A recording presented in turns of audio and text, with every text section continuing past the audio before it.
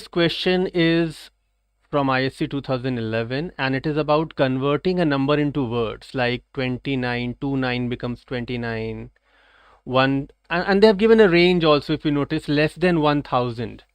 But it's not a big deal to extend the logic if you are programming in a proper way. It's not a big deal to extend the logic to, let's say, thousand, lakhs, crores, etc.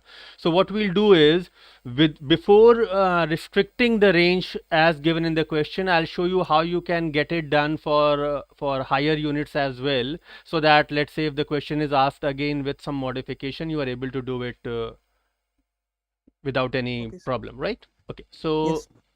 let's begin. So this is a very straightforward thing. Input is very simple. You have to enter a number and then you have to convert it into words and print it. And they have given the range. And as I've told you, we will not check the range in the beginning. Once our program is working for all the numbers, then we'll introduce the range thing. Okay, so let's begin. We come over here. We have to get the input. So we'll say that, okay, what to call it? N.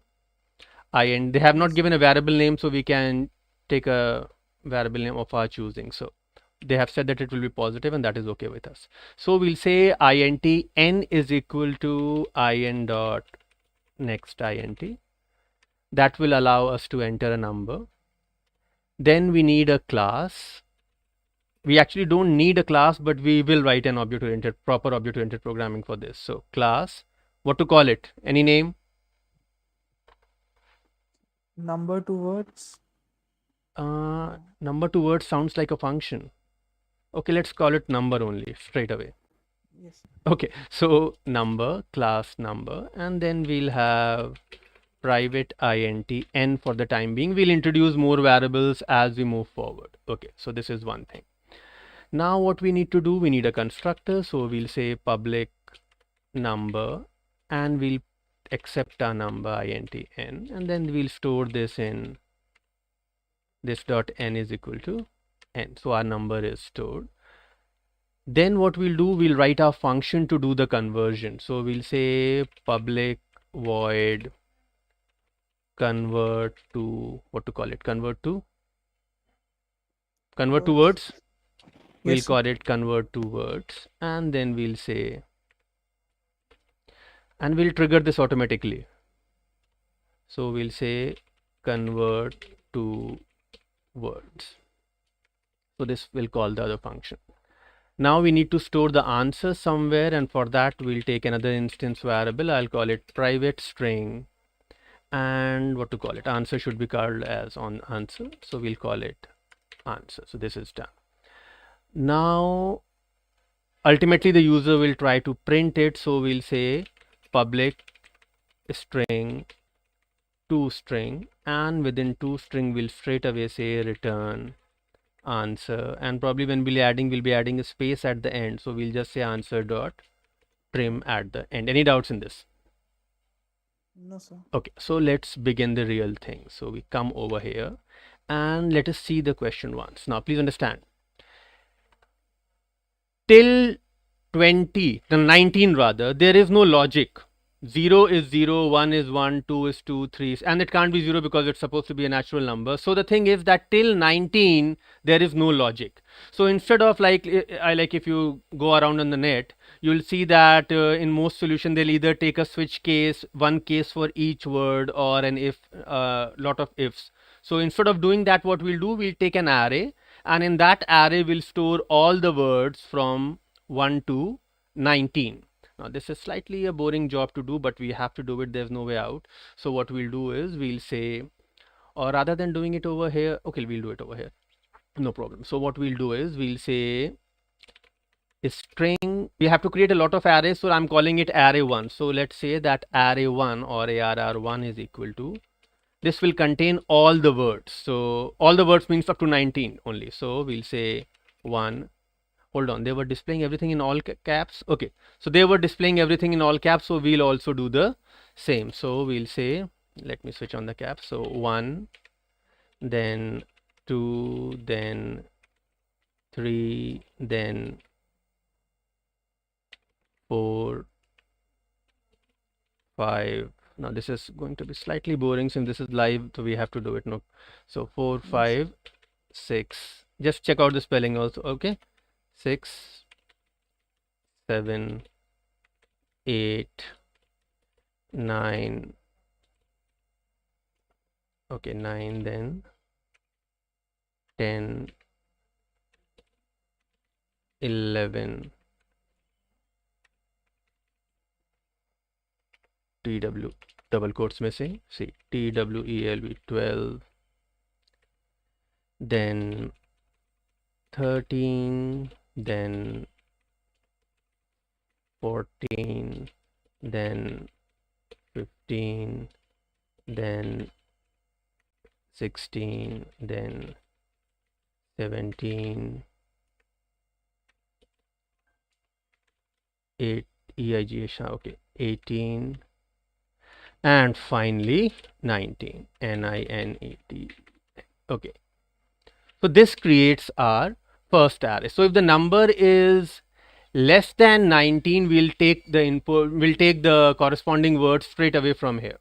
Okay, now the bigger problem is we have to break it into the individual parts. Like for example, if the number is, which one to take? Let's say 119. So we'll take out 100, right? How can you take out how many numbers, how many hundreds are there in a number? By dividing it by 100. And once we have taken out that, whatever the remainder is, we can divide it by 1 so that we get the number of the remaining number. Similarly, if you want to take number of thousands, we can divide by 1000. If you want to take out number of lakhs, we divide it by lakhs. So what else we need? We need an array for factor also. Oops, sorry, the caps lock is still on. So I'll switch off the caps lock and I'll say there is an array for factor. And though the question is not asking us to do, we'll just extend the program for bigger ranges as well. So what we'll do, let's begin. So smallest is 1. Next highest will be 10. 100. We'll have to take out the hundreds also. Then after 100, we'll take out thousands. Now beyond this is not needed, but since we just have to add a few numbers, so we'll add those few numbers. So after 1000, we'll add lakhs. Lakhs means 1 followed by how many zeros? 100,000, right? So this is lakhs. Let's say we want a crore also. Now what to do? 7. 7. 1, 2, 3, 4, 5, 6, 7. I hope the count is right. Then let's say one more. Okay, crores. How many? 9. 9. 1, 2, 3, 4, 5, 6, 7, 8, 9. I think that should be enough. I believe an integer can store till Arab, right? But anyway, let's stop over here. You got the idea, na? I mean, you can make it long and then go on to other units as well. But anyway, this will serve for the time being. Now we have to take it out one by one. So I'll say for int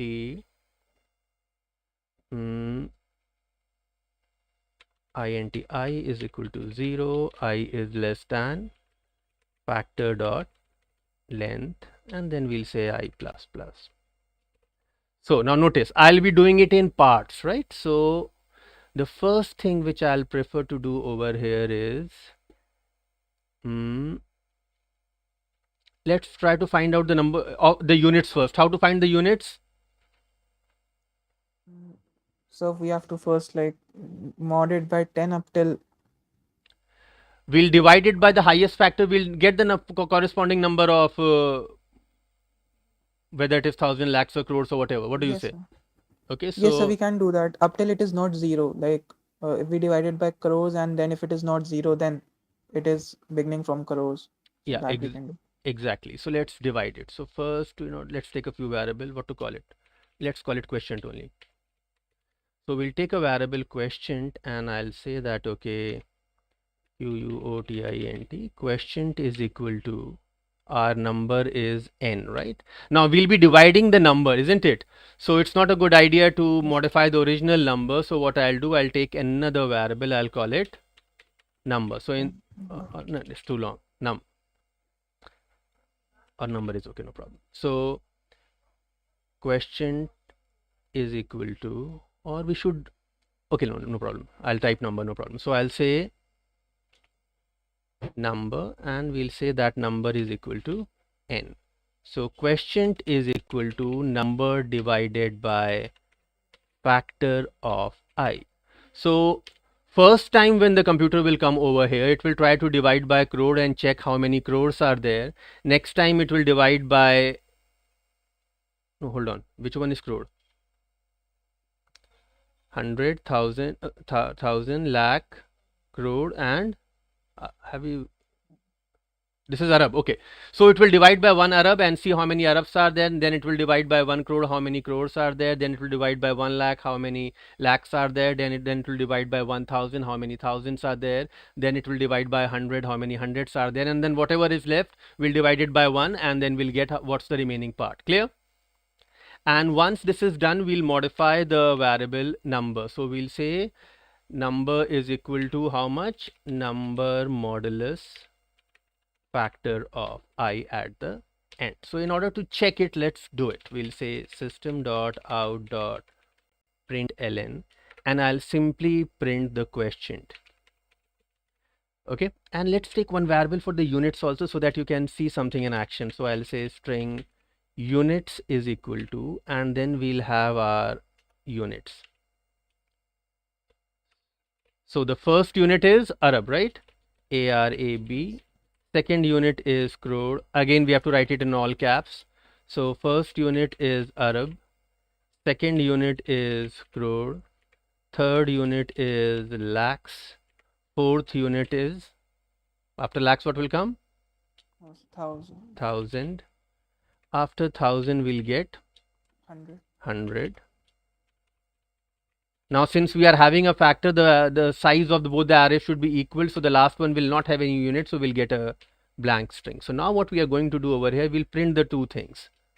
How many units are there of each? So we'll say plus, and then we'll take out the units. How? We'll say units of I. Clear? So let's try to run this program. So what we'll do over here, we'll go over here and I'll say that, okay, number obj is equal to new number, and let's say I'm just passing the number directly. Okay, 1 2 3 4 5 6 7 8 9. So this is our number, and let's run the program. So if I run the program,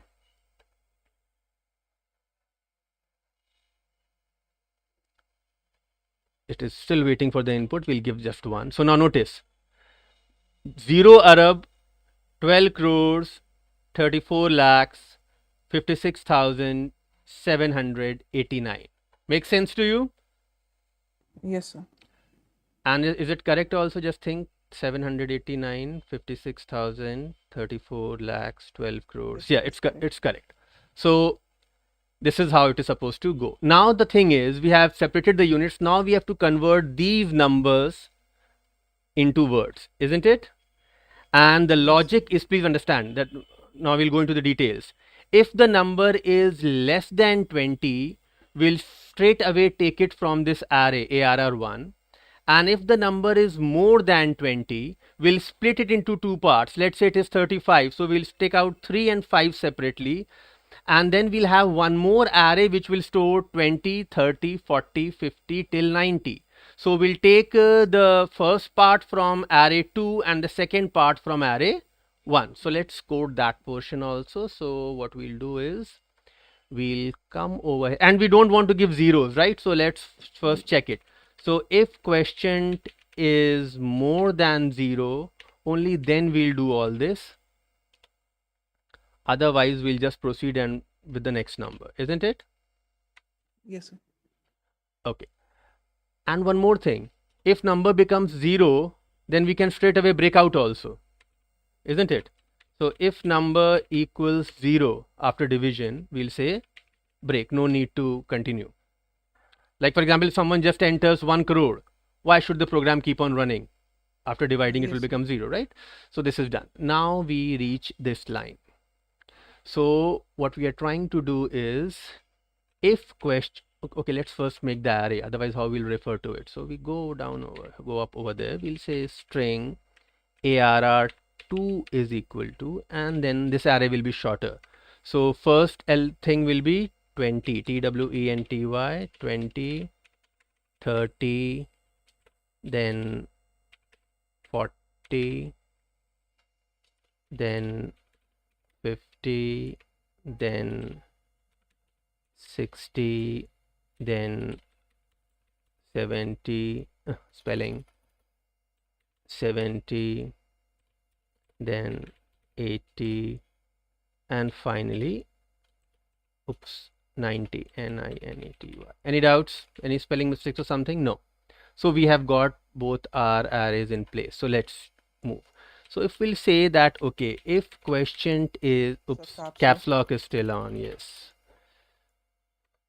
If quotient is less than 20, then we'll come over here. And what's the name of our answer variable? Was answer. Okay. So if that is the case, we'll say that, okay, answer. And what was the initial value for the answer? I mean, this is not the correct place to initialize. Ideally, it should be over here, right? So we come over here. We'll say answer is equal to answer plus. Answer plus. We'll give one space. And then we'll say ARR1 of question. Now, please convince yourself. If the number is 0, we'll get it from over here. But please understand, at 0th location, we have 1. So we have to compensate. So we'll say minus 1. So now 1 is at 1 place, 2 is at 2 place. So we'll subtract minus 1 and we'll get the corresponding location. So this is done. If it is not less than 20, we'll come to the else block. And here things will be slightly more complex. We have to separate the units part and the tens part. So we need more variables. So I'll say comma units, comma tens. Two variables we'll take. Units and why it is, so units we have already taken. Okay, one sentence, what I'm doing. We'll say ones and tens, and then we have to separate. So please understand, if you are over here, the number will be of 2 digit only. So how to take out the units portion? That is the last digit, modulus 10. So we'll say QUOTI quotient modulus 10. This will take out the last. If the number is 25, by doing this, we'll get the 5 out. Is this some spelling mistake over here? QUOTI. So it is once, the variable name. No, variable names is okay. Why it is giving the error over here? Achha, okay. So once we have taken out, now we have to take out tens. So tens will be quotient divided by 10. Quotient divided by 10. So we have separated the two digits, and now we have to get both the parts. Okay, one more problem. If the number is 25, it's okay. We'll get 20 from this array and 5 from this array. But if the number is exact 20 or 30, we are not going to say 20 is, I mean something else. So we have to check again now that if it is not equal to 0, we'll do something else. Otherwise, we'll do something else. So if the units part is not equal to 0. So once. I mean, you can do it both ways. So it is be once. The variable name is once there. Okay, right. Once. So if once is not is equal to 0, something else something. Okay. So if once is not equal to 0, we'll use both the arrays. So we'll say answer plus is equal to. Okay, answer plus is equal to what? So first ARR2 will take tens.